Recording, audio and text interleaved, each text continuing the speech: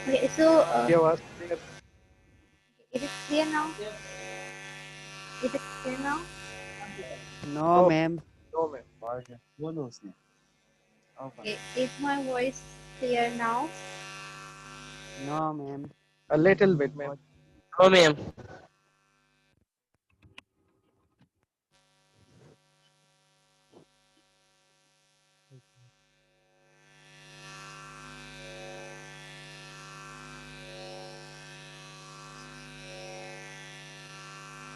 Okay, अब check करें अब कैसी है वॉइस? so है ma'am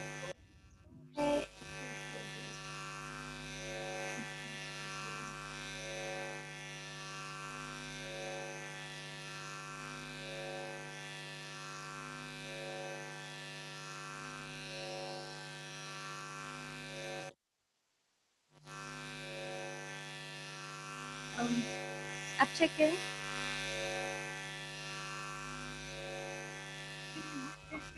still slow Okay, अब चेक करें।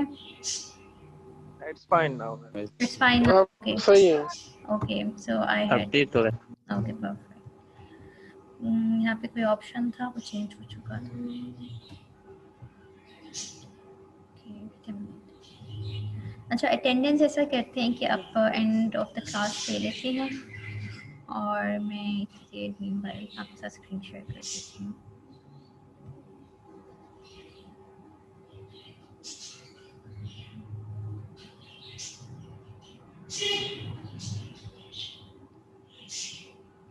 Okay, so you were telling me what we studied in the last class.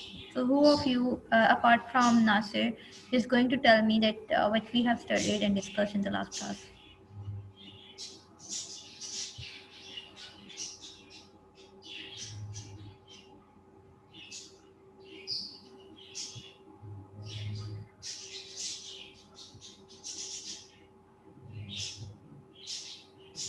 Yes, ma'am.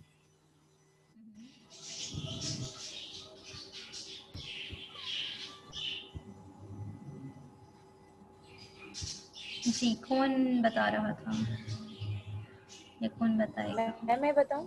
जी जी जी, बताएं बताएं। मैम लास्ट क्लास में आपने हमें एक एक्टिविटी दी थी केस स्टडी टाइप। उसमें एक बायर एंड सेलर के दरमियान एक ट्रांजैक्शन को मतलब उसमें बताया गया था अगर हम एक बायर हो या सेलर हो और हमारे सामने ये क्राइटेरिया रखा जाए और इस तरह के अल्टरनेटिव्स रखे जाए तो हम कैसे उसको एक बेस्ट तरीके से हम ये ट्रांजैक्शन कर सकते हैं। तो मैम ये एक जूतों की आई थी ट्रांजैक्शन थी जिसमें एक बायर था और एक सेलर था। कुछ बायर के सिनेरियो से कुछ सेलर के सिनेरियो से सर मैम उनको सामने रख के हमने एक ट्रांजैक्शन बनाई थी मैम। बस Okay, perfect. Okay, so the topic that we are going to discuss today is time value of money. So do you have any idea what time value of money is? Do you have any idea what time value of money is? Any one of you जिसको थोड़ा सा idea हो time value of money का? Ma'am जैसे अभी इस वक्त Pakistani rupees की अगर हम वैल्यू को उससे कंपेयर करते हैं डॉलर से तो मैम ये वाली टाइम वैल्यू वो तो आप किस तरह से कहेंगे, दोबारा रिपीट करें अपने words. Ma'am time value of money in sense कि जैसे अभी पाकिस्तानी रुपीस की जो हम कंपेयर करते हैं वैल्यू को डॉलर से इस वक्त टाइम के अकॉर्डिंगली, तो मैम इस तरह की टाइम वैल्यू आप बोल रही हैं? देखिए, ये जो आप डॉलर के साथ कंपेयर कर रही हैं ये तो सम आपके इन्फ्लेशन के साथ लिंक हो जाता है। इन्फ्लेशन का भी एक रोल होता है टाइम वैल्यू ऑफ मनी में, लेकिन the most important thing is that कि वक्त के साथ आपके पैसे की वैल्यू कैसे चेंज होती है। तो देखिए, एक हो गया हम कहते हैं ना टाइम इज़ मनी, तो वो चीज़ यहाँ पर अप्लाई हो जाती है। किस तरीके से अप्लाई होती है कि आपके पास जो पैसा है, जो आपके पास पैसा आज है, क्या उसकी वैल्यू आज से 5 साल बाद यही होगी? ये आप लोगों के लिए क्वेश्चन है। No ma'am. नहीं नो होगी। मैम। अच्छा, अगर मैं आपसे कहूँ कि मैंने आपको 1000 रुपीज़ देने हैं, तो आज आपने वो 1000 रुपीज़ लेने हैं या आपने आज से 5 साल के बाद लेने हैं, it's totally up to you. तो आप कब लेना पसंद करेंगे, आज या 5 साल के बाद? ऑब्वियसली मैम आज लेना पसंद करेंगे। आप आज लेना पसंद करेंगे, क्यों, किन फैक्टर्स की वजह से आज लेना पसंद करेंगे? क्योंकि मैम क्योंकि आफ्टर मैम ईयर्स उसकी वैल्यू चेंज हो जाएगी, उससे फिर तो वो चाहिए। कैसे चेंज हो जाएगी? मैम जो चीज आज हमारे पास 1000 की है तो वो उसकी वैल्यू जो है आगे ज्यादा हो जाएगी, वो 5000 की हो जाएगी। उस 1000 रुपीज की वैल्यू नहीं होगी फिर आगे जाके फ्यूचर डेट में। तो ये बेसिकली कम आपकी भी हो सकती है ना, फ्यूचर में कम भी हो सकती है। जो भी एसेट्स हमारे पास होते हैं तो उसकी वैल्यू तो कम होती है क्योंकि हम उसको इस्तेमाल करते हैं, वो भी एक फैक्टर होता है। उसके अलावा मतलब फ्यूचर प्रेडिक्शंस कोई भी नहीं कर सकता, फ्यूचर में उसकी वैल्यू कम भी हो सकती है, ज़्यादा भी हो सकती है। लेकिन आपके पैसे की वैल्यू तो वक्त के साथ साथ डिक्रीज होती जाएगी। कैसे, लेट मी शो यू। मैं आपको एक छोटा सा स्केच बनाकर दिखाती हूँ। लेट मी शेयर दी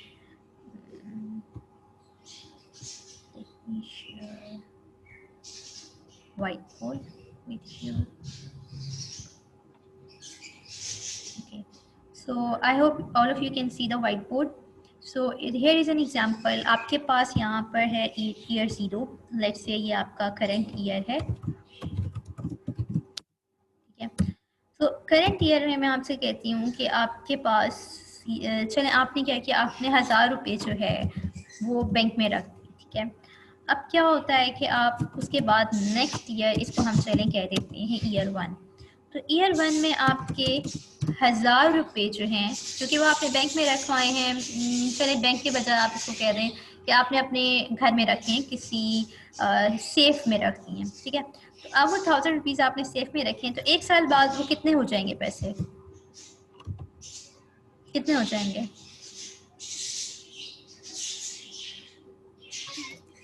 वही होंगे 1100। कितने का है 1100? कौन लीजेंड है? आप अलमारी में पैसे रखते हैं, साल के बाद उसमें खुद ब खुद पैसे ऐड हो जाते हैं। नो में वही रहेंगे। तो मैम अमाउंट में और वैल्यू में फर्क होगा, उसकी अमाउंट तो वही रहेगी बट उसकी वैल्यू चेंज हो जाएगी। हाँ यही ठीक है मैम। जी, मैं आपको सिर्फ अमाउंट कह रही हूँ ना, वैल्यू की तो भी बात नहीं कर रही, अभी मैं सिर्फ अमाउंट का पूछ रही हूँ। अच्छा, ये जो है रनिंग आउट ऑफ टाइम हो रहा है, तो 10 मिनट्स के बाद अगर ये बिल फर्स्ट कॉल एंड हो जाए तो आप लोगों ने अगेन इसी लिंक से इसको ज्वाइन करना है अगेन, ठीक है। अच्छा,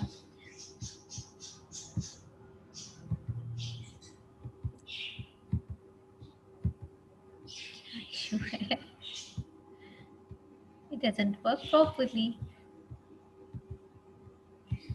How to edit the same text again? I'm unable to edit the same text again.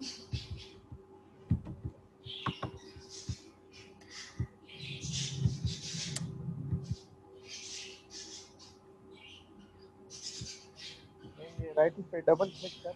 I have clicked so many times, but it wasn't working at all. So it's okay. Let me do it once again.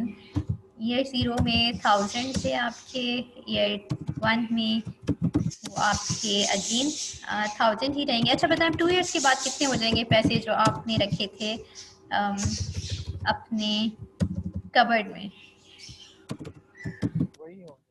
वही होंगे, ठीक है। फिर year 3 में कितने हो जाएंगे? नहीं 1100 होंगे मैम, 1100।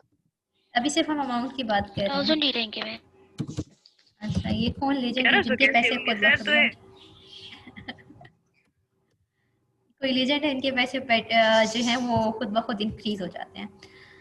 अच्छा, अब देखें, ईयर 1 में जितने थे उतने ही पैसे जो हैं आपके पास ईयर 2 में भी हैं, उतने ही पैसे आपके ईयर 3 में भी हैं। सो आपकी इसमें कोई वैल्यू में इंक्रीज नहीं आ रहा, ठीक है। लेकिन अगर हम यही कहें इसकी, अब पैसे इंक्रीज नहीं हो रहे, लेकिन अगर हम यही इसकी वैल्यू की बात करें तो वैल्यू क्या सेम रहेगी इनकी?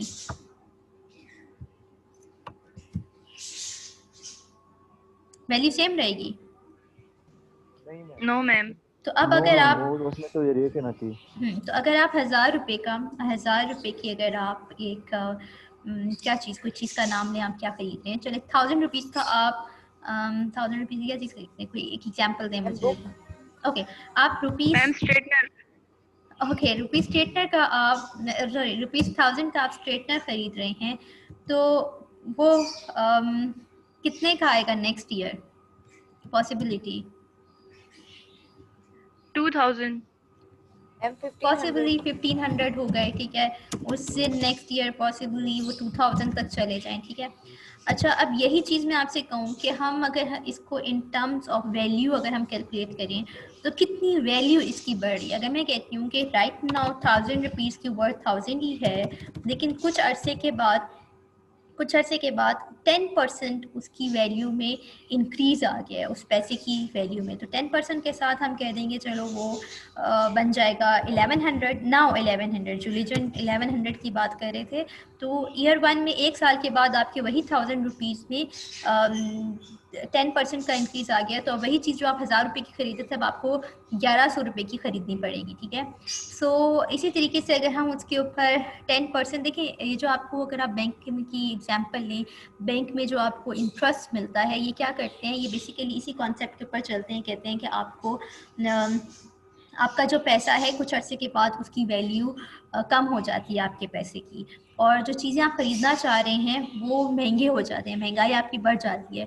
तो उसी हिसाब से ये आपको इंटरेस्ट देते हैं हर साल कुछ % लगाकर, ताकि वो जो वैल्यू की जो पैसे की कीमत आपकी गिर रही है वो उसको ओवरकम कर सकें। तो इंटरेस्ट बेसिकली आपका जो 10% आपका बैंक में लग रहा है वो इस बेसिस पे लगता है। जैसे अब आपको 1000 रुपीज़ आपने बैंक में सबमिट करवाएं, नेक्स्ट ईयर वो आपको 10% के साथ 1100 आपके पैसे की वैल्यू हो जाएगी।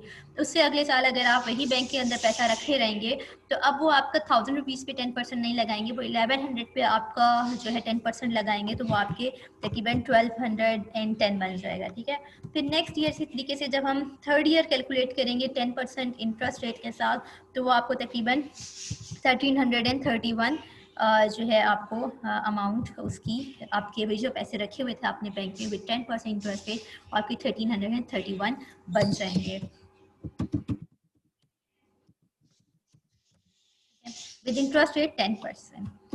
अच्छा, ये तो हमारी मैथमेटिकली मैंने आप लोगों को समझाया कि किस तरीके से। अब अगर आप वैसे देखें तो क्या 1000 जो है वो 1100 के इक्वल है? इसको हम इक्वल कह सकते हैं। अगर आप मैथमेटिकली देखें तो आप कभी भी 1000 को 1100 के या आप 1200 के या 1300 के इक्वल नहीं कह सकते। लेकिन अगर आप फाइनेंशियल मैनेजमेंट की टर्म्स के हिसाब से देखें तो दिस अमाउंट इज इक्वल। इसके हिसाब से कैसे इक्वल है? क्योंकि 1000 रुपीज़ जो आज के हैं वो अगले साल के 1100 के बराबर हो जाएंगे। तो उस लिहाज से अगर हम इसको कैलकुलेट करें तो हमारे पास ये अमाउंट इक्वल आ जाती है। अब अगर हम बात करें इसी तरीके से टाइम value of money की, so basically time value of money, let me share my screen once again. Okay, let me share my...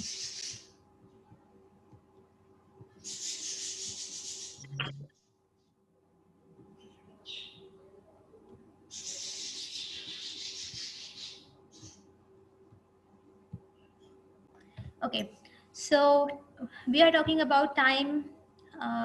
Time value of money is the idea that money available at the present time is worth more than the same amount in the future due to its potential earning capacity. So जो पैसा आपके पास अभी मौजूद है उसकी importance ज़्यादा है as compared to the money that you are going to have in the future. If the same amount is going to if you are going to have the same amount in the future, तो उसकी worth अभी ज़्यादा है। इसी तरीके से time value of money is an important concept in financial management. It can be used to compare investment alternatives and to solve problems involving loans, lease, savings वगैरह। देखिए, एक और चीज़ इसमें इम्पॉर्टेंट क्या आ जाती है कि अगर आपको यही जो मैंने सवाल किया था कि अगर आप लोगों को पैसा मैं कहूँ कि आपको 1000 रुपीज़ आज चाहिए, मैं देना चाहती हूँ, तो वो आप आज लेंगे या 5 साल बाद लेंगे, तो उसमें कुछ फैक्टर्स आ जाते हैं जिसकी वजह से हम आज के पैसे को, करंट वैल्यू को, प्रेजेंट वैल्यू को इम्पोर्टेंस देते हैं। ठीक है, प्रेजेंट वैल्यू में एक बात तो ये है कि अगर आप इस टाइम पे पैसे की इन्वेस्टमेंट करेंगे तो क्या होगा, इसी 1000 रुपीज़ से अगर आपने किसी लैंड में इन्वेस्टमेंट कर दी, तो जैसे नासिर ने कहा कि there are some factors, chances हैं कि उस उस एसेट की वैल्यू इंक्रीज हो जाए। अगर उस एसेट की वैल्यू इंक्रीज हो गई तो आपको उसके ऊपर 4 साल के बाद प्रॉफिट मिलने वाला है। तो वो 1000 रुपीज़ जो आपने ऐसा अलमारी में रखे हुए थे उसकी कोई अमाउंट नहीं इंक्रीज हुई थी, लेकिन वही 1000 रुपीज़ जब आपने किसी चीज़ में इन्वेस्ट कर दिए तो देयर इज़ पॉसिबिलिटी कि उसकी उस एसेट की प्राइस बढ़ जाए और आपको 4 साल के बाद उसमें प्रॉफिट मिल जाए। अब अगर हम बात करें इसी तरीके से उस पैसे को जो प्रेजेंट वैल्यू अगर हमने इन कैश ऐसी ही अलमारी में रखा हुआ है तो 1000 रुपीज़ जो अभी है इसमें आप ग्रॉसरी अच्छी खासी घर की खरीद सकते हैं। लेकिन आज से 4 साल के बाद शायद 1000 रुपये का सिर्फ और सिर्फ एक ही चीज़ आ सके, सिर्फ चावल आ सकें या सिर्फ चीनी आ सके, ठीक है। तो पॉसिबिलिटी है कि 4 साल के बाद उसमें आप उतनी चीज़ें ना खरीद सकें जो कि आप प्रेजेंट वक्त में इस वक्त में खरीद रहे हैं।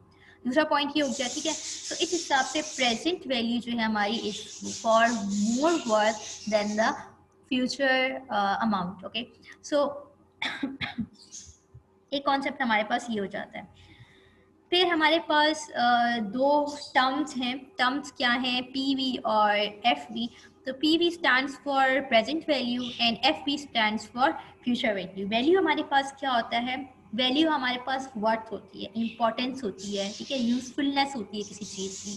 तो प्रेजेंट में पैसे की वर्थ कितनी है और फ्यूचर में पैसे की वर्थ वैल्यू कितनी है। तो प्रेजेंट वैल्यू हमारे पास क्या हो जाता है? प्रेजेंट वैल्यू हमारे पास है money on the timeline is called present value. जो इन हैंड इस वक्त पे इस साल में आपके पास वैल्यू पैसा है, उसकी जो उस पैसे की जो वर्थ है वो आपके पास प्रेजेंट वैल्यू है।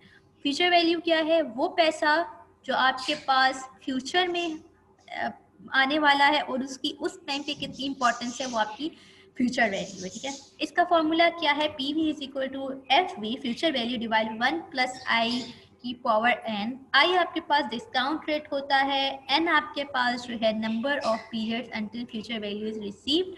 सो ये नंबर ऑफ पीरियड्स आपके पास आते हैं। अगर आपने इसी तरीके से फ्यूचर वैल्यू फाइंड आउट करनी होगी तो इसकी क्रॉस मल्टीप्लिकेशन कर देंगे, फ्यूचर वैल्यू आपकी तरफ आ जाएगा। मैं आपको इसके ऊपर प्रॉपर वीडियो दिखाती हूँ जिसमें calculation will be made easy for you. अच्छा, time value of money helps us in knowing the value of money invested. As time changes, value of money invested on any project firm also changes and its present value is calculated by using mathematical formula. So ये इन्होंने mathematical formula हमें बता दिया। अब reasons for time value of money क्या है? reasons क्या है? पहला तो risk and uncertainty।